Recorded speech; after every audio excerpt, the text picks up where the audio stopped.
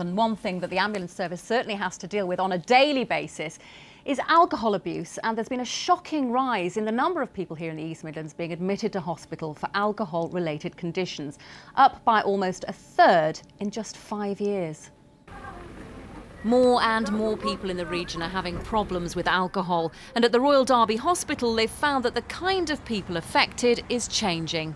Teenagers seem to have reduced their overall drinking habits in the last 5 years, which suggests that the education that's been put into schools is really reaping some great benefits. Now, I think it's a middle-aged age group who do their shopping in the supermarket, get their alcohol much more cheaply now than they did in the past, and drink in the evening to relax. They're never drunk, they're never seen out drunk, but on a daily basis they drink alcohol, and that adds up to quite a lot by the end of the week. In Bassetlaw, they've been looking more closely at the causes of our problem with alcohol. At the Frog and Nightgown at Worksop in North Nottinghamshire, they say a change in our drinking habits has made the situation worse.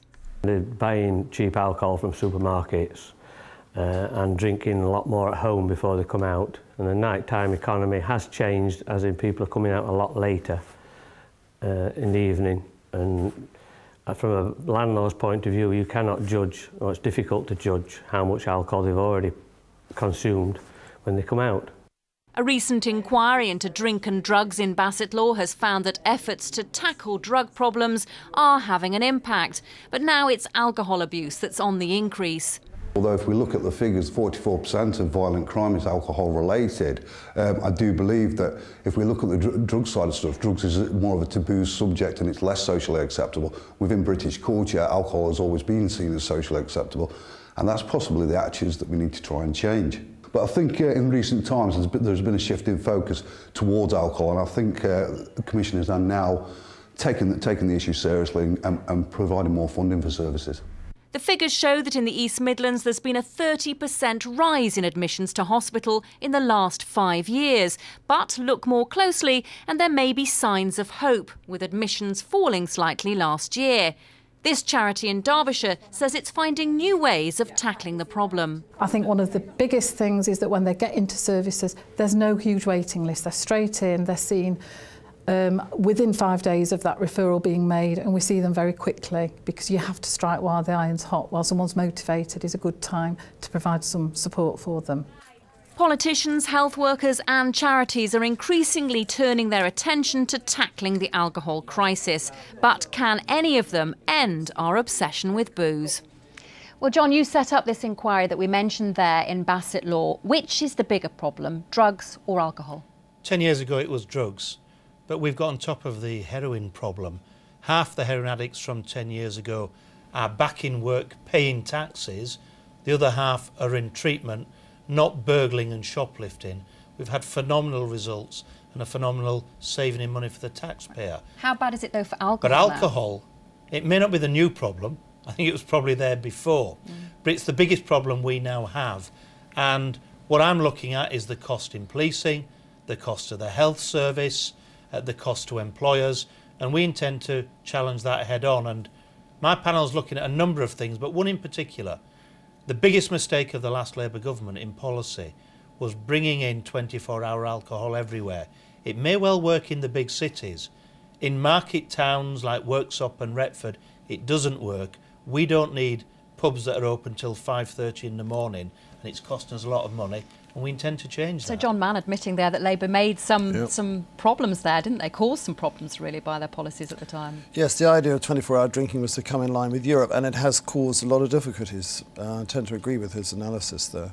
I mean, the great worry for me is that we're losing our pubs, we're losing that social interaction, and far too many people are drinking cheap alcohol, which they get from supermarkets as loss leaders, at home. And we heard the doctor there talking about, you know, middle-class people drinking at home. It's a hidden problem, isn't it? And that doctor actually supports minimum pricing for alcohol. This week, 70 health groups have said that should be at 50p per unit. Is that going to happen?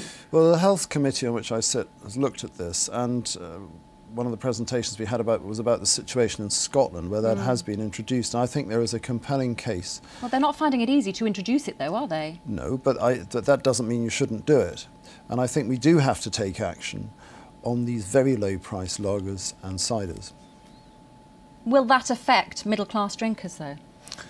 It will affect people who go out to drink a lot and then go out to pubs.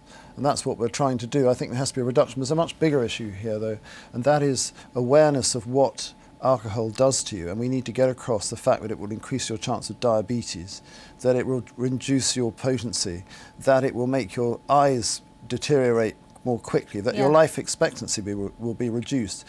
These are the messages we need to get across. People have to associate drinking with a future problem. OK, with health problems. But there are some glimmers of hope there, aren't we, looking at those figures? They are small glimmers of hope. Right, yeah. I mean, I will Is it just a blip then? No, I will back the proposal for a minimum price. I don't know whether it'll work or not, but it's certainly worth a go. I think the health message has to really be ramped up. I mean, it will age you. If you're 40 years old trying to hold on to your looks and you drink a lot of alcohol, you'll age a lot quicker. That kind of message simply hasn't been there. And I think that we've really got to show people that, by all means, you drink away, but this is the impact on you, your body, your health, your looks. But that message doesn't seem to be getting through, does it? It's more to do with our British culture. We're known for our drinking, aren't we? I mean, it's not a good thing to be known for, but... In some parts of the country, the message is getting across with stark advertising, showing what happens if you do get drunk, with car smashes, and if you go home without drinking too much, you get home safely. So there is work in progress. The supermarkets, though, as well, with these 3 bottles of wine for a tenner. I mean, it's extraordinary, isn't it, that you can get wine so easily as that for so cheap. And lifestyle has changed towards people staying in. TV ratings are going up, and people are staying in. They're perhaps getting a takeaway, or doing a bit of cooking, drinking a bottle of wine or cans or bottles of beer, and not realising how much they're drinking. Well, they don't realise they've got a problem then, do they? And I say they, us, all of us, we're all doing it. And I think we really have to get on top. Rational choices, me included. I think people are not realising quite how much we drink at home. It's not like the pub, where you're handing over the money there and then. Is it something that worries you yourselves personally? Very much. Not just as politicians, but as people. I mean, do you take a check on how much you drink? Do you know how many units you consume? Well, I think that's another big issue. I'll let John think about the answer. Well, I give my version. A little bit of transparency here, chaps. There used to be 8 glasses of wine to a bottle, and now you're getting much, much bigger glasses in pubs. So people are fooled into thinking they're drinking less. Do you worry about it, though? I do worry about it from a law enforcement point of view, from a safety point of view. People are driving without realising what they've drunk. And, of course, they're having far more than the intake they're supposed to have. And a recent study showed that there is a clear disparity between the amount people say they're drinking and the amount of alcohol that's sold in the stores. Something that worries you, John, personally? I have no idea how much gets consumed, included by me, in Parliament. Parliament sets a terrible example. But you yourself must know how much you're drinking. Well, no, if you're in a Parliament, if you go to a reception in Parliament and you have a glass of worrying, wine... John, very indeed, worrying. And I think one of the things we could do is actually be promoting not just alcohol. It's one of the weaknesses. Parliament's one of the worst. Not a coffee bar open on an evening, but bars, drinking everywhere. OK, well, we'll have to leave that one there. But next...